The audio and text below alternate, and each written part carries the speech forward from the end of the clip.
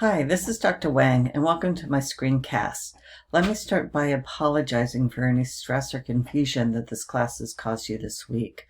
I'm very much still trying to figure out how to unwind the semester in a way that's equitable and makes sense given the variety of situations that people might be finding themselves in. The new assignments that I've developed are based on ideas relating to self-directed learning. This means that you have choices with respect to your focus, how you demonstrate your learning, and how your work products will be assessed. We'll be using learning outcome project contracts to flesh out the details of your work, and then weekly reflection and goal documents as a way of communicating what you're doing, how it's going, and the things that you will work on during the next week so that you finish the semester successfully.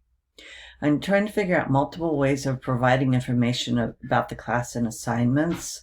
First, there are Zoom sessions twice a week, and both of the sessions during the week will cover the same topics. I'm also holding office hours on Fridays. The Zoom sessions aren't mandatory. They're highly suggested, but not mandatory, because my understanding is that it would be unreasonable to assume that everybody has access to the necessary tools or the same availability. So one of the things I'll be doing is I'll be recording the sessions and supplementing them with screencasts.